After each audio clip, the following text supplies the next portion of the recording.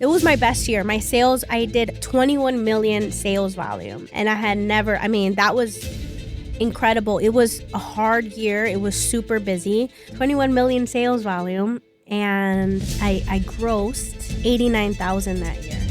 One thing that Redfin doesn't really teach you is like the business side of real estate, of like keeping track of your transactions and branding and growing your business and, all of those things. It's very much like we're building a Redfin brand. We're not really building your brand. Right. All your marketing is based around Redfin. You are a Redfin agent. You're bought with my Redfin agent, sold with my Redfin agent, Redfin. But it's never like bought with Jennifer. Especially because you did the right thing. During this time, we were struggling. Financially, we were struggling. We weren't ever making enough money to save.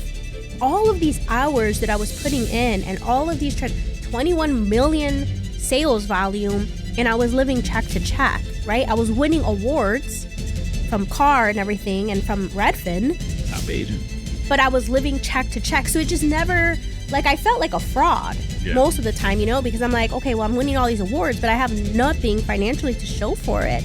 When I started speaking to other agents that were in the more traditional field outside of Redfin, when I would say these things like, this is our pay, and people would ask questions and they'd be like, you shouldn't be making so much more. Like if you would have sold 21 million in sales volume, you should have easily made 400 grand that year, and you made less than 100. Like that wasn't lining up. They wanted us to push the mortgage. They wanted us to push pay. Because I had my relationship with my lender. Yeah.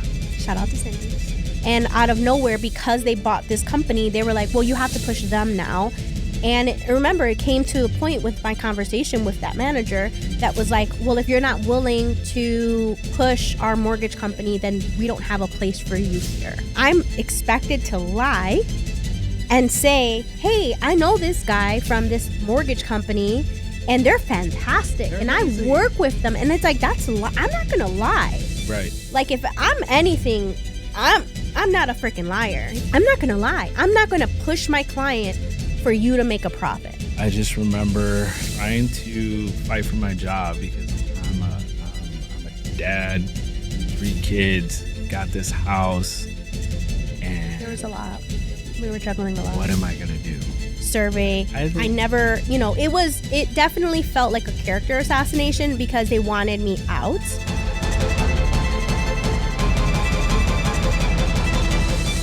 Hey everybody, welcome to our 3rd episode of Sip and Share. It's Jenn Berto, the dream team at XR. Hello everybody. This is Berto's first time on camera.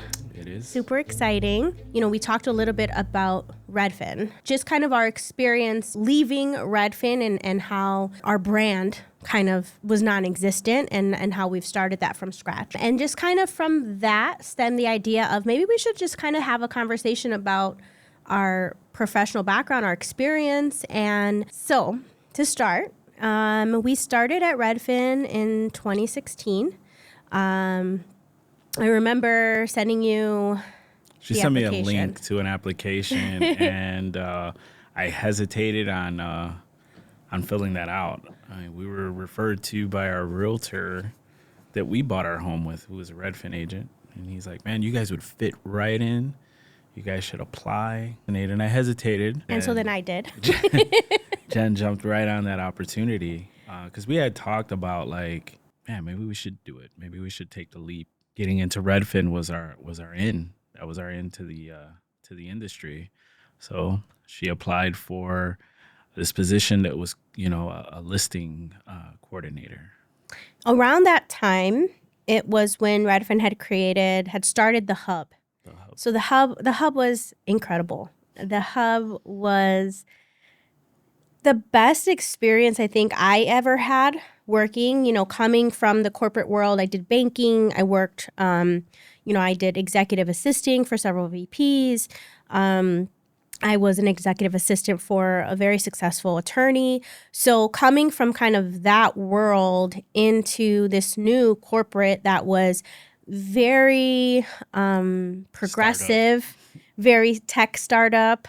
The hub had about 200 coordinators. So that was like between listing coordinators, transaction coordinators, and then the tour coordinators who schedule all the tours. So when you're requesting those tours, we have 50 people in the background all over the country, serving the entire country. Right? Yeah, I agree. The hub was it was a different place to work. It definitely was special. There was a lot of great people there. Yes. I mean, it was a great place to work.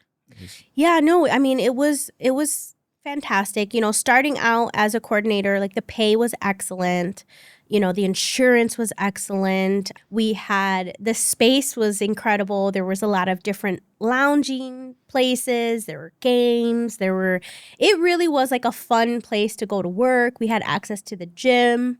Kitchen was stocked up. I remember those Costco orders coming through, and the kitchen was stocked up with snacks and lunch. I mean, it was incredible. It really, really was a wonderful experience. That year, I was pregnant with Sander. Mm-hmm. And right around the time that I left on leave was when they made the requirement that all the coordinators, minus the tour coordinators, but the transaction and the listing coordinators had to get licensed. Yeah, everyone was scrambling to get licensed in different states, not just where we live, but wound up getting a license in Ohio and in Kansas. Ohio licensing is hard. Like, to give you perspective, Chicago, you have to do 90 hours of school.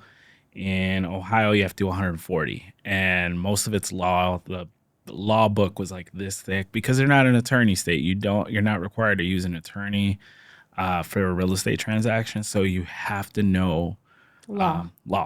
Yeah. Which is different because here in Illinois, you have an attorney who handles the law and contractual stuff. So initially when I started, I was supporting the Texas market and the Chicago market as a listing coordinator. And that was pre-licensed because at that time it wasn't required. Mm-hmm. And then I went on maternity leave. I had Sander, which was incredible. 16 weeks paid maternity leave was, something unheard of, I think, at the time. Papa's give 4 at the time. I had 4 weeks.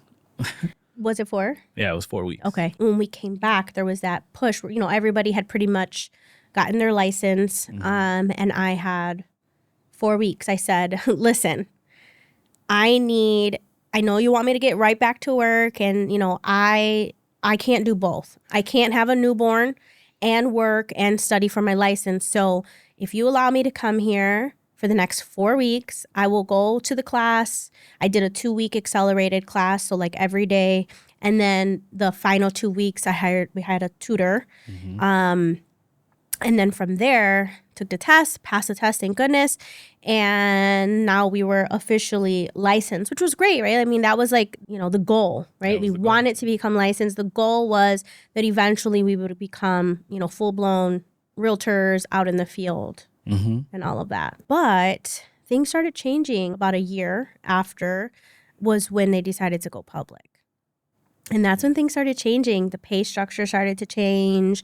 Our pay was being reduced. Before we go on that route, let's talk about how many agents we were supporting and how many transactions we were doing as coordinators at a time. When it came to Ohio, I was supporting Cleveland, Columbus, and Cincinnati.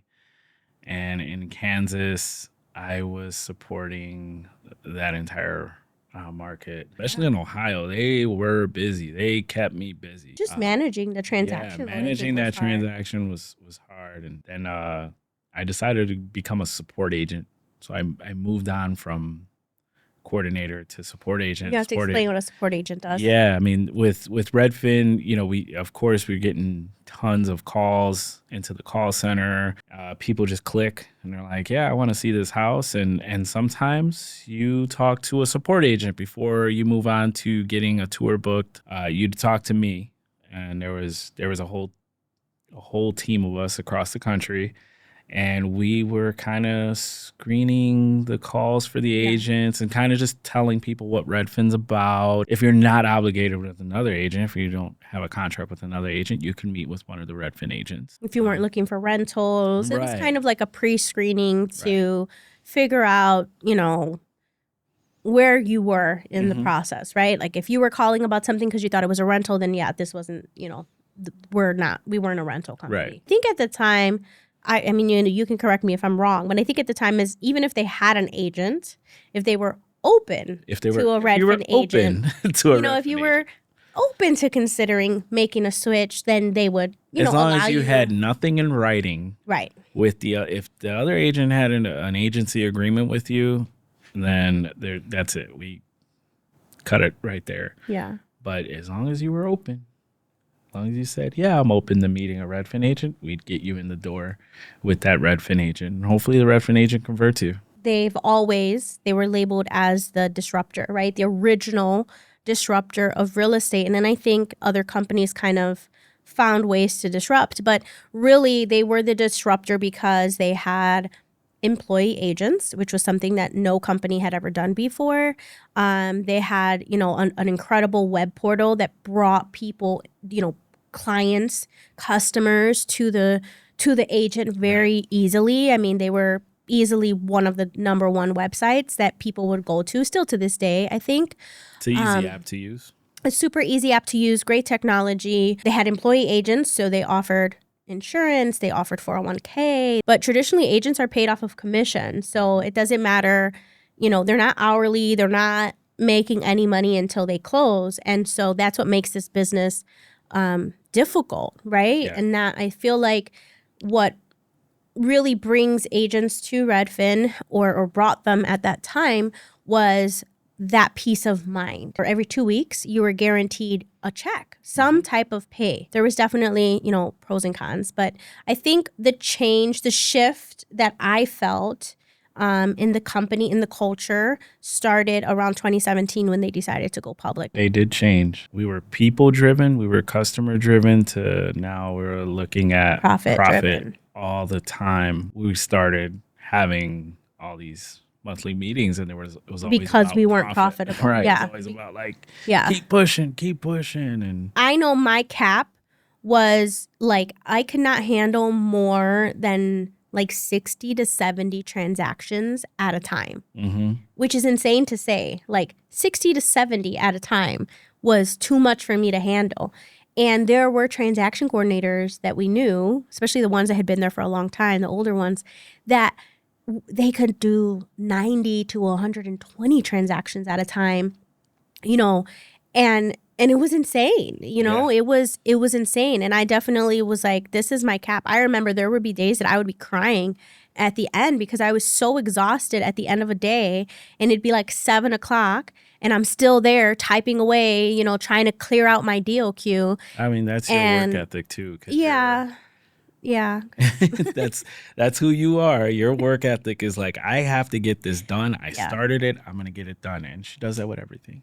I knew that if I didn't, then the next day it was just going to be another pileup. And, tomorrow's load was just as heavy as today's. And it's I knew that I would never catch up if I allowed myself to fall behind. Yeah. And that's really, the struggle. So, we did that for a couple years.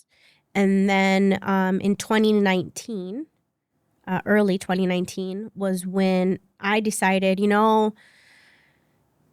this is not this side of it isn't for me. I really want to get out into the field. I had learned, I felt everything that I was going to learn on the transaction side. I was supporting 7 of the top producing agents in Chicago. The top producing. These guys were they were killing it. They were killing it, and at the end of the day, I was like, I want to be able to go out there and do, I've done this side and I've learned everything that I can learn on a transaction angle, the ins and outs of, a contract, of getting a contract from beginning to close, or from getting a listing on the market from beginning to end. I had kind of learned all of that. I felt definitely, I feel way more before you. Yeah. I felt this isn't working for me, right? Because I knew, I was I feel burnt out. I feel burnt out, and I need more control over my schedule, and I need more control over my time. And we had, 2 kids and this new baby, and it was a lot. It was a lot, and I felt I wasn't spending enough quality time with the kids. I felt I was always exhausted. I felt I was really moody. And, I decided, we're going to go out and you stay and you do what you're doing because we need consistent, income and we need insurance. But I want to get out into the field. I want to test the field. And so that's when I decided to go out as an associate agent. Yep. Which, you want to explain what an associate agent is? Associate agent is a contracted agent with Redfin, not employed.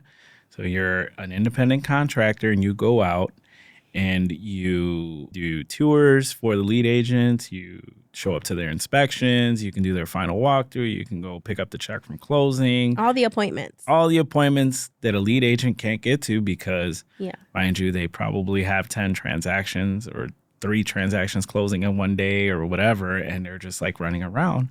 Yeah. They have associate agents who are getting booked. Which was honestly the best position in the company. Oh, yeah. Because it was the only position that was not an employee. It was the only position that you had complete control over your schedule. You can shut off and turn back on as you liked. You can be open at the times that you liked and, so on and so forth. And there were some that were making like a great amount of money. I know that there were a few that were making at minimum $5,000 a month. Yeah. Which was for independent contract work. I feel like, okay, that's pretty decent. Like the benefit of being an associate agent for most who are doing it is that there was no like follow-up. There was no checking in with people. Mm-hmm. It was, hi, I'm a representative of this person. And I'm here to show you this house. And at the end, it's like, okay, cool. You want to make an offer? I'm going to let your lead agent know. And then that was it. They didn't have to go home. Once they ended their day ended. They didn't have to worry about comps. They didn't have to worry about follow-up. They just left their schedule open and everything was thrown on their schedule and it was the next easy. Day. Right. Yeah, definitely a different animal. So then I did that for a year. And then that was hard for me because I am a follow-up person. She is. And she would still, she left great notes for every lead agent. Yeah. She followed up with the customer. I mean, she was always. And they would follow up with me. Right. I felt like a lot of them thought that I was like their agent. Yeah. And instead of like. Oh, you're not our agent. Right. Instead of submitting the request through the website or through the app, they would say, hey, Jen, we want to go see this house. Yeah. Hey, Jen, this. Hey, Jen, this. And so it felt more so like I was their agent. And that was a hard part for me. It was just kind of separating and going home and not finding out, like, did they win? Did they submit? Like, did the agent follow up with them? Because that was always, a problem too, depending on the agent. That and one of the agents was just like sink or swim. I remember talking to one of the agents and was like, Jen, you'd be great at it. I'd hate to lose you because you're an amazing associate agent, but just do it. And I remember being so scared, like, okay, what if I'm not good? What if I fail? Blah, blah, blah. And he was like, sink or swim, girl, just go out and do it. You're going to do great. Once again, I was like, take that leap. Right. Take that leap because I knew, yeah, she can do anything. You always believe in me. And then 2020, she starts the year off. Yeah. As a lead agent. As a lead agent. Yep. January 2020. And then COVID hit. 2020 was a change in real estate. Yeah. And COVID hit. And when COVID hit and we hit that lockdown, I remember everything was just so unpredictable. No one knew what was going to happen. And even the company panicked and I was laid off. Yeah. As soon as lockdown hit, they did layoffs and furloughs. Yep, they did layoffs and 50% of us were sent packing. I was unfortunately one of the people that didn't get furloughed. They were like, "Oh, we don't need 2 Ohio people. We're just gonna let you go." I was like, "Wow, okay." Yeah. Well. That was hard. I remember that was a hard year. It was hard. Yes, we were labeled essential workers. Because it's, financial business, like people needed to kind of keep it moving. And so once we got the green light that, okay, we can be out, we can go into houses, we can do this whole thing. Then, I hit the ground running and there was so much pressure because you weren't working, right? And so it's like, okay, what are we going to do? We have our mortgage. We have to kind of get this business off the ground. And then I remember I was working like 16-hour days. It was even more work than when I was a coordinator, but it was great. I know my first year, I think I sold 25 homes and it was about 13 million sales volume. Yeah. I No, knew because the Fed dropped the rate. the feds dropped the rate. The Fed dropped the rate, and then all of a sudden, It was a buying frenzy. but yeah, you Yeah. were busy. And then Redfin started calling people back and was like, hey, no more furlough. And then I got the call, even though I was completely off. separated and laid off. They were like, hey, do you want to come back? I'm like, well, I don't know. And then all of a sudden my phone rings and I was like, all right, I'll come back. And I came back as a support agent. And that was good. It was great. I mean, but then I had that feeling too where I was like, I want to get in the field. Yeah. But she was killing it. Well, and then I had started doing the Redfin Now Oh yeah. business. So Redfin Now was Redfin's iBuying side of the business. Redfin had so many businesses, and I think it's part of the reason why overall the business model wasn't successful. Yeah. Because I mean they had iBuying, they had title, they had mortgage, they had rentals, they had the brokerage, they had the web portal. I mean they were so stretched out. Mhm. And I know that their idea was One-stop shop. one-stop shop for sure, but their idea more than anything, yes, it was for the consumer so the consumer can, get everything in one stop, but it was also if real estate, if brokerage isn't profitable, we can have 7 other streams of income. Right. But it was like you can't be the master of everything. You can't. Like I always felt like we were just stretching ourselves too thin and acquiring. I mean, we acquired RentPath, we acquired Bay Equity. It was just so many bad decisions during such a volatile market that it really. I mean, we know, right? Like Redfin, there was only, I think, 2 years that they were profitable. That was 2020 and 2021. It's like everybody was profitable during that year. The rates were 2.5%. It was a buying frenzy. It was multiple offers. 100K over asking, appraisal gaps, waiving inspections. It was the Wild West out there. And so if you weren't profitable in that market, then there was seriously something wrong. Right, because in 2021, I mean, you sold, I think you doubled what you did your first year. I did. My best year was 2022. A combination of kind of doing the Redfin Now. My job was Redfin Now bought properties for cash, and then they would go in and like kind of flip them, rehab them, do what they had to do, and my job was to put them on the market. I had started as a listing agent, I think the year before in 2021, like at the end, in the middle of the year, like July-ish. I know I did, I think a total of 59 transactions that year. It was my best year. My sales, I did 21 million sales volume. And I had never, that was incredible. It was a hard year. It was super busy. 21 million sales volume. And I grossed 89,000 that year. You remember that? I remember that. And that was for me because I don't think I was so busy that I didn't really realize I wasn't, one thing that Redfin doesn't really teach you is like the business side of real estate, of like keeping track of your transactions and, branding and growing your business and, all of those things. It's very much like we're building a Redfin brand. We're not really building your brand. Right. All your marketing is based around Redfin. You are a Redfin agent. You're bought with my Redfin agent, sold with my Redfin agent, Redfin, but it's never like bought with Jennifer Rivera. Yeah. Sold with Berto Fernandez. Nothing like that. Nothing is your brand. It's their brand. Yeah. And I get it. I understand. And just being so busy that year, it's like I didn't really keep track, right, of anything. And then 2022 was my first year too. Yeah. And, I did 20 transactions that year. And I think you grossed about 50 to 60, if I remember correctly. Yeah. Yeah. Which is crazy. Right, because right. I did double what you did, and it was different. But a lot of that went into the fact that, part of your pay, if you wanted more pay, you had to be doing appointments, right? And so I did a lot of appointments. you did a lot of appointments. So you received a lot more appointment pay than I did, where I received salary and bonus pay, but I didn't supplement that with the appointments, right? But it was so hard. I mean, especially being a listing. Me for a lot of appointments, of your appointments.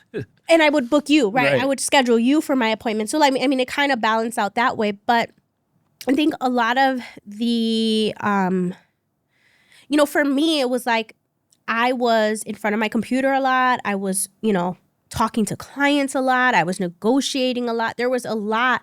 And I always felt like, well, I have this, they took such a big portion of my commission. Yeah.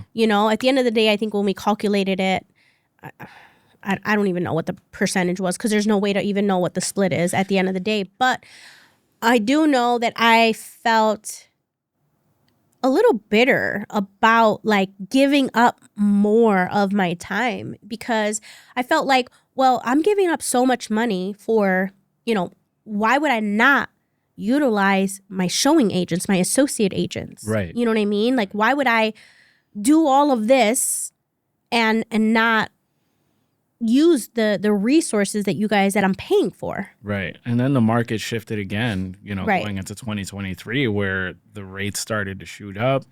Buyers were not out there as much, like it was, this was post-COVID now. So like the market started to kind of, go back to normal, but even more so, like then the rates like shot up like even more. And then they started to have this push where, hey, lead agent, we need you to do more of your own appointments. Do more of that. Yeah, because they didn't want to pay the associate agents. Yeah. And I think they knew that we were struggling, that the deal count wasn't there. Mm-hmm. And so to offset the complaints of we're not making enough money, it was like, okay, we'll just work more. So be out more, do more appointments, do this, do that, do that.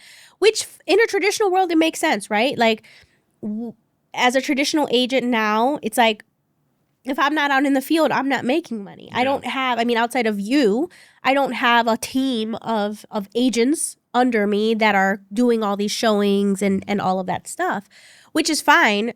But I think for me, my struggle was, I think that they said that my compensation package total was $130,000, including like all the marketing and everything that they did for me for themselves, really, because they weren't really marketing me, but they were marketing their own properties. When I started speaking to other agents that were in the more traditional field outside of Redfin, and I would say, these things, which I didn't know any better. When I would say these things like, yeah, like this is our pay. And, people would ask questions and they'd be like, that, like, you should be making so much more. Like if you would have sold 21 million in sales volume, you should have easily made 400 grand that year, and you made less than 100. Like that wasn't lining up. And like I said, don't get me wrong, that they covered so much business expenses. In total, my package was $130,000. I grossed 89, but in total, when you include all the extra little things, they say it was $130,000. But even that is significantly more than half of what I should have. When you're a Redfin agent, and even when you're in support, they're paying for your education. They're paying for MLS dues. MLS dues, and as an agent, we were getting mileage. And the event pay was. Then they started to take some of those things away, except for like they're still paying for your dues and all that, but they started to pull back on the event pay for agents and different things like that. And with the market shifting, they still had the high expectations. It definitely was it was very much a corporate world. There were metrics and all these things that, were sometimes just unattainable. I feel like we were stretched very thin and had these pressures, and there was no understanding of, well, the market shifted, right? So like my best year of 2022, I sold 59 homes, 21 million sales volume. And the following year, I sold 28 homes. And I think my sales volume was like 17 million or something. Yeah, it went from selling 20 to only selling 11. Well, yeah, like 11, and even for the traditional agent, selling 11 homes in a year is like, that's a great year. It's good. Oh, $3.5 million. Oh, okay. Well, yeah, that's great, that's a great year for a traditional agent. It was never, and that's what it came down to. I feel like at the end of the day, we felt like it wasn't enough, and they felt like it wasn't enough, right? Like But I felt like I was out there a lot, but it was just everyone kept telling me, because the rates went up, they're like, we're just gonna wait. We're gonna hold off till the spring. We're gonna hold off till January again.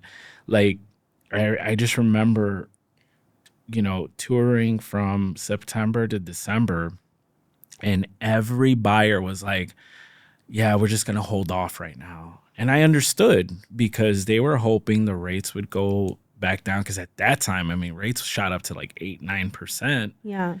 And people were freaking out. Sellers had to keep dropping prices. Buyers were just like, no, I'm not buying right now. Yeah.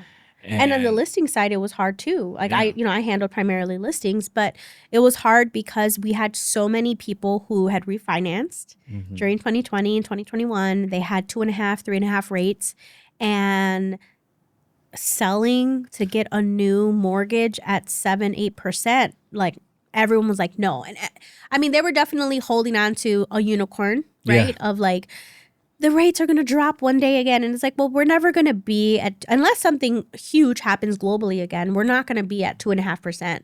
I think if we get to 4%, we'll be lucky. But naturally, that's what people thought, right? Like, let's wait it out. Let's wait it out. And so and I was like, they were more hesitant to submit offers. There was really no way I could convince them. And at that time, I was put in a performance plan, which is crazy to me. The performance plans. What's even crazier is they put her on a performance plan. I didn't understand that at all. Right. Selling, she was like 20 transactions in on the year, and they're like, yeah, we're going to put you on a PIP. And I'm like, why? Right. The market is different now. Like, you can't expect her to sell 40. Back, you did. I fought back. I definitely was like, it kind of left. This is not warranted. Definitely left a bitter taste in her mouth, because, I was a big advocate for Redfin, and don't get me wrong, I'm so thankful that my real estate journey started there. I think we're incredible agents because of that. Yeah, the training was amazing, and just being a part of that startup time of the hub and everything, like, was an amazing time. But towards the end, it really left a bitter taste in our mouth. I just remember trying to fight for my job, because I'm a dad, 3 kids, got this house, and there was a lot. We were juggling a lot. What am I gonna do? Right, like the market shifted, and it's like, okay, well, we have to pay our mortgage, and we're not making enough money, so let's get a second job, right? Like that was where the whole Kingston Mine things came in. Yeah. Okay, well, we have to get a second job. And which made it even harder, because there was like, okay, well, he needs to sleep in. There's, he's working late at night, so he needs to sleep in. So that means that I have to be here in the morning. That means that my schedule can't be wide open. So we were definitely put, I think, between a rock and a hard place of having to decide between our sanity and our children and our work, right? Yeah. And, I know that I definitely was like, this is going downhill, right? Like I recognized the patterns of like, kind of, this is what's happening since we went public. Like, now we have another layoff. Now we have this. I mean, I think when we left, they had already had like 3 or 4 layoffs. Yep. And it was only a matter of time. I felt like, okay, well, we're going to be next on the chopping block, especially because we were put on performance plans.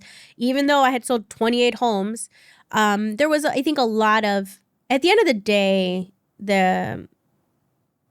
the person who was leading the Chicago market was leading it in a way that destroyed the culture. Unfortunately, like it killed our team. I mean, we had several agents that left before us for the same reasons. Yeah. We didn't feel supported. We didn't feel heard. We constantly were told that, it's not good enough. It's not good enough. It's not good enough.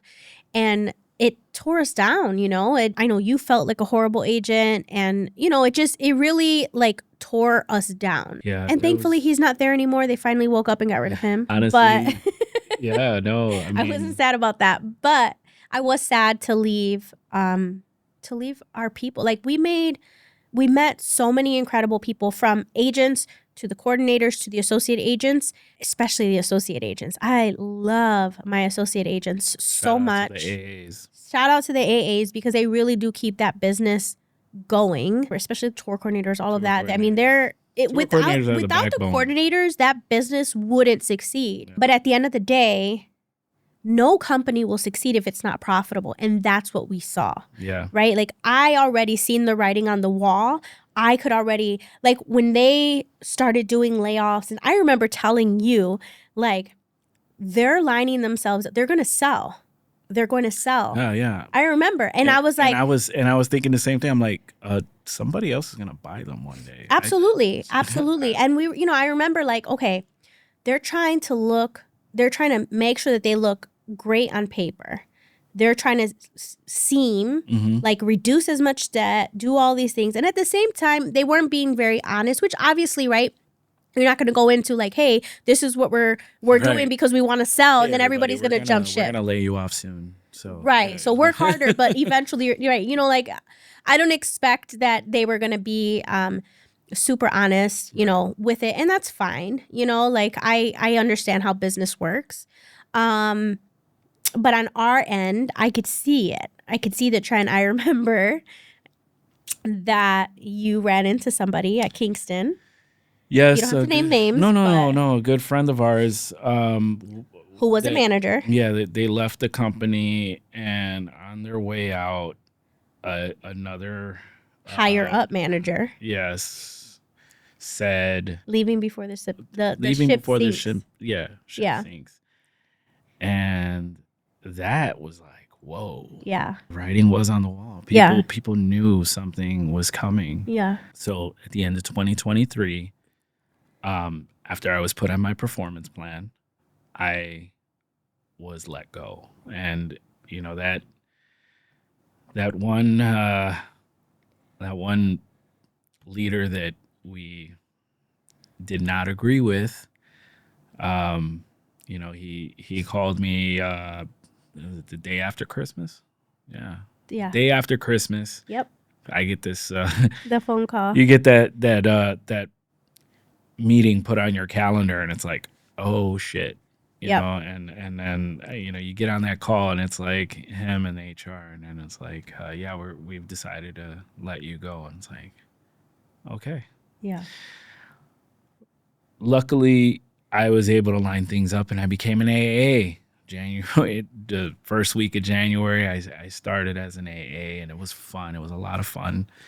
And you were still there, and she was booking me for everything. She was like, you know what, we're gonna milk this. Yeah. I was going to every inspection, every walkthrough, every tour. Yeah, you were my personal associate agent, and it was great. And everybody else was great. Like the agents that we were friends with, like they were booking me too. They were like, "Oh, Berto, can you go here?" And I had a great time doing all of that. I was doing open houses. I mean, it was a good time to make some money. Something happened that really, really drove you to want to leave. It wasn't even just the performance plan. It was, in all honesty, I wanted to leave for 2 years before I left. Like I seen the writing on the wall in the beginning of 2023. I started, recognizing the changes. And I mean, for me in 2023 was when I had received that $25,000 referral fee from a builder. And I had been hunting on that builder for a year, waiting, for that check. And mind you, this is separate from the commission that you receive on the sale of For the sure. property. This was the builder was offering any realtor that Yeah. sold a referral to just here's this free money for you, Yeah. this bonus check of $25,000 for selling this. Well, million, basically, it so was $1 I million had bill or sold the something like lot, that. and I had the buyers had seen a property that this builder had already built, and then they didn't like that property. But in me kind of communicating and staying in the loop, they liked working with the builder. And so I remember I was researching zoning and all this other crap for this build, and working very closely with this builder. And eventually, their house built, I think it was like $1.5 million home that they built. And the referral fee, not for the sale of the lot, but for the actual build, ended up being about a $25,000 check. And I remember I was so excited. I hunted down the builder for like a year after it was built, trying to, get those funds. And when we finally got it, and I turned it in, and I was like, wow, especially because you did the right thing. During this time, we were struggling. I mean, financially, we were struggling from 2020. Like, we were still always check to check. We weren't ever making enough money to save.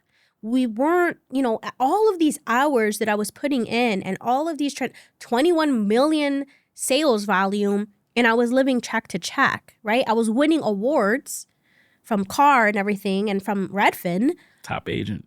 But I was living check to check. So it just never, I felt like a fraud most of the time, because I'm like, okay, well, I'm winning all these awards, but I have nothing financially to show for it. And, it was hard. And so when we finally got that check, and it was so needed, and I'm thinking, oh my God, finally, without ever realizing, how much of my money they were keeping, we got this check, $25,000. I turned it in, and they're like, okay, yeah, we'll send you your split. And I got $3,000. And I was like, what the hell is this? And I think that was like my wake-up call then, which was like 2023-ish, early 2023. And I was like, we can't do this. And so it was like, let's work as hard as possible so we can save.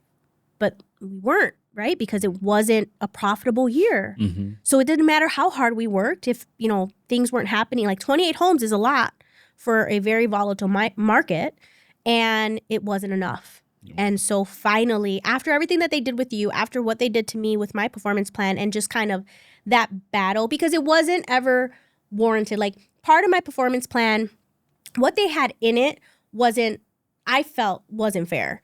And it was like, making sure that, customer satisfaction. I had 55-star reviews. 55-star reviews. Like, I never had a bad survey. 55-star reviews. Right. I never had a bad survey. I never, it definitely felt like a character assassination because they wanted me out. And I didn't feel like I was treated fairly towards the end with the management. When I left, I remember feeling, and I've said this over and over and over again, I felt like I left an abusive boyfriend. I remember you having a call with our manager, them saying to you that you were being aggressive because you were questioning what you needed to do, and which is common. Women get that all the time. I know, but I mean that right there really pissed me off. Pissed me off. And just when they said that to you, I was like, you're just questioning what they wanted us to push a product that we weren't really behind. They wanted us to push the mortgage. They wanted us to push, and you were zero. I pushed as much as I could. I was at 50%, which was okay because I had my relationship with my lender. Yeah. Shout out to Cindy. Cindy at Guaranteed Rate. She's the best. But I had my relationship with her. I had already close like 30 deals with her. And out of nowhere, because they bought this company, they were like, well, you have to push them now. And remember, it came to the point with my conversation with that manager that was like, well, if you're not willing to push our mortgage company, then we don't have a place for you here. And I was just like, I've given like 7 years of my life to this company. Right. And, at the end of the day, you are known for making bad decisions, acquiring bad companies that aren't profitable. And I'm supposed to, I'm expected to lie and say, hey, I know this guy from this mortgage company and they're fantastic. They're amazing. I work with them. And it's like, I'm not going to lie. Right. Like if I'm anything, I'm not a freaking liar, Like I'm not going to say that I've worked with these people that I've never worked with. I'm not going to say that the experience is amazing when all I'm hearing is that they're having issues. I'm not going to lie. I'm not going to push my client for you to make a profit. Yeah. At the end of the day, I'm not willing to do that. I know who is the best. I have my few lenders. Shout out to Cindy again. Shout out to Myra at Neighborhood Loans. I have my lenders, and those are the people that I go with. And those are the people that I trust. And those are the people that I call when I have questions, when I have a problem. And they have saved me time and time again. Right. So why would I abandon that 3-year relationship? And it just didn't seem right. And lie to my clients who are trusting me. Like I just felt like ethically, as realtors, right. I felt ethically that wasn't right. At the end of the day, we know that there were other agents who were men who were way more aggressive than I was. And I know that happens, right? Women, when we speak up, we're told that we're aggressive when we stand our ground. But I don't give a shit. I don't care. Hey. I mean, I am who I am. And if anybody knows me, is that I stand firmly in what I believe. She's on business. I don't care. Like, then let me go. Yeah. And they tried, they did their performance thing, and they, knowing I had ADHD, added 3 spreadsheets for me to whatever. They were doing what they needed to do to push you out in a way that you quit. At the end of the day, I said, you know what? This isn't worth it. And so I did. And April 5th was my day of reckoning. I literally, it was like rebirth, and it was a new beginning. And it was hard. The year, like, I remember the guilt I felt from not being so busy, right? Like I couldn't enjoy it those first few months.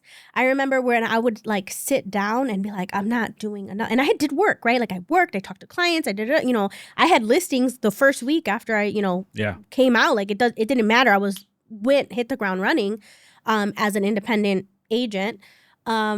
But I felt guilty. I felt like I wasn't doing enough. It was like a lot of that conditioning, that programming, that it took me almost a year, almost not until this year, that I stopped feeling that sense of guilt of, it's okay to sit back. It's okay to just enjoy a day with my kids. It's okay, you don't have to be constantly moving. There's ways to do it, right? There's a smart way to handle, I think, this business. I've always sought structure and efficiency. And it's like, how can I make our business better? How can I streamline it? Because there are things that I loved that I had at Redfin, right? Having the system to work through, having, the follow-up system and stuff like that. I love that aspect of it. Obviously the leads, right? Having all those leads and learning how to build a business that can, bring in people who can raise their hand and say, hey, I'm ready to go. That's something that we're learning little by little. Branding, when we decided to join XR, that was the best decision we ever made. We have so much support, and it's not the same type of, because we had support at Redfin. We had support of every kind, but it's different, right? I mean, now, like with Greg, not only does he not make us feel like crap if we take a day off, he's very supportive. He supports my creativity. He lets me run wild with my creativity. He values my creativity. He helps us with building our brand, providing the resources that we need. Something that we didn't know. We didn't know how to really build our own brand. We were stuck on like pushing Redfin. Yeah. And now we're the dream team at XR, which, feels so different. Leaving the company and, us moving on and it's taken me till now, like till we've got to this point to gain my confidence back, because I felt beat down. Yeah. To be completely vulnerable here, like I felt beat down. I didn't feel confident. I felt like a shitty agent. And I had a bunch of great 5-star reviews. I didn't have not one bad review. I even won that award thanks to some clients. And I didn't feel that anymore. Yeah. It took me all of last year to like build that back up, and now that I'm getting calls from past clients and they're like wanting to buy again, and they're seeing our they're branding, seeing our marketing, our social media, which we were like marketing. had zero presence on, and the mailers and like the stuff that we had to learn to do. And now I'm like, maybe I'm not such a bad guy. No, you're a great agent, and we've learned a lot. I don't regret it. At the end of the day, 4 years with Redfin, I sold a total of 163 homes. And let me get it right. No, I think it was 163 homes and 65 million in sales volume is what I did in those 4 years, my total, right? And so, or that was everything. That's everything. That's everything. But still, you did. I mean, that's including these last few months, which were 7. So a big portion of it was a big that. portion. Yeah. And I mean, altogether, with my little contribution as well, I had. You've contributed a lot. I did. You did a lot. You have to stop telling yourself that. I did almost 40 transactions, and in 2 years. In 2 years. Which takes most agents 10 years, maybe, if they're lucky to do. Right. So like with all that transactional experience, and especially because we're very hands-on. We're not like, we don't just hand it off. No. I don't believe in that. We're always communicating with the attorneys. We're always communicating with the title inspection. Yeah. We're not the type of agents who are like, oh, you're under contract, hand it off to lender and attorney and on to the next. I'll see you at closing. Absolutely not. Right. I don't believe in that. I've dealt with agents who do that, and I don't believe in that. I'm from beginning to end, week by week until we close. We're there. We're communicating. You have us. Yep. Yeah, absolutely. Yeah. Absolutely. And, we learned a lot. Like, the training was fantastic, right? I feel like, I think even when we were going through our old, files, it was like, wow, you have all these videos that we received about roofs and about foundation and about site, all of these different, learning about homes, even if it wasn't so much that Redfin was training us about it, but there was such a high volume of transactions that we were able to just gain that hands-on experience a lot faster. Yeah. And so like going to all the inspections and walking through. I went to almost every inspection, and I was always side by side with the inspector. Shout out to Steven. He taught me a lot about like what to look for in these homes.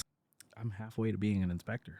But like it's coming soon. Yeah, no, for real. And it's an incredible, I loved learning that. We learned so much in that short amount of time. My takeaway, right, was just my self-worth, right? Like what I'm willing to do and what I'm not willing to do, and also like where I'm comfortable. Like now, since I've left, I've had 7 total sales. Not, nowhere near as big, but this is the startup, right? This is my first year outside of it, and 7 sales for me is great. My goal is to be doing like 20, 25 a year, but I know that like we're on track. I feel like we're in the right position. We're at the right company.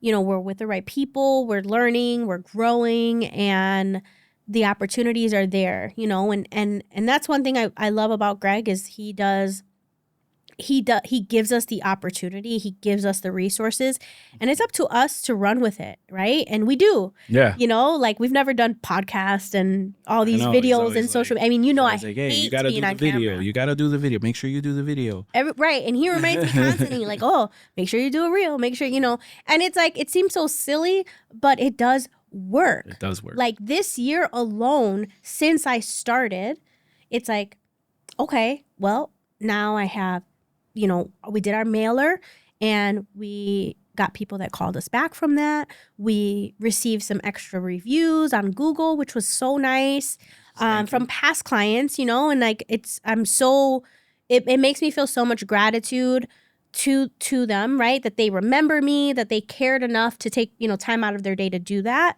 And, you know, people are calling us, they're seeing us. I remember we went, you know, over the weekend to visit your friends. And then I forget his name, Hector's older son, was like, hey, I see you on Instagram, you know?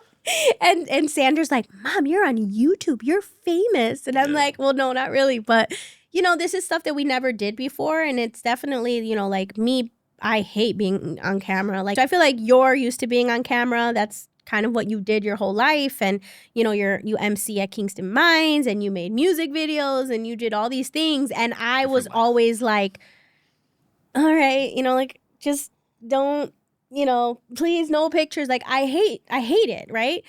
But, you know, after a while, like, you do it more and more and you get more comfortable. I still struggle with trying to remember, you know, most of the time I'm in like a messy bun. So I'm like, I'm not camera ready, right? Mm-hmm. But we, at the end of the day, we just have to like share our true selves. And that's it. Like some people will like us and some people will hate us and who cares? You know, like at the end of the day, we have to do what we have to do. We want to grow our business. And this is the route that we want to take, right? And we're seeing that it works. It works, Greg. You're right. It works. You're right.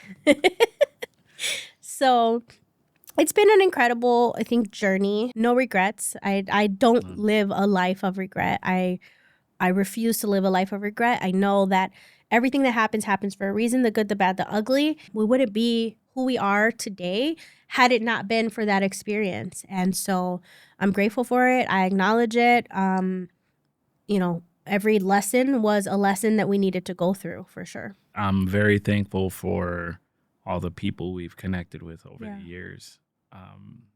And I'm looking forward to the future. I'm looking forward to where the dream team's going, where XR is going. It's going to be a good ride. I hope to see everyone along with it. Yeah. And my goal, I think more than anything, is like I want the dream team to grow, right? Like the dream team is me and you right now, and that's fine and that's great. But I envision, you know, a few years down the line that we are adding agents to our team and really growing the business and growing the brand in that sense. Yeah. So I definitely wanna see where it goes, but I think we're on a good track. Yep. I think that's all we have for today. Thank you guys so much for joining us. Let us know if you ever need any help. We're here. See ya. All right. Bye.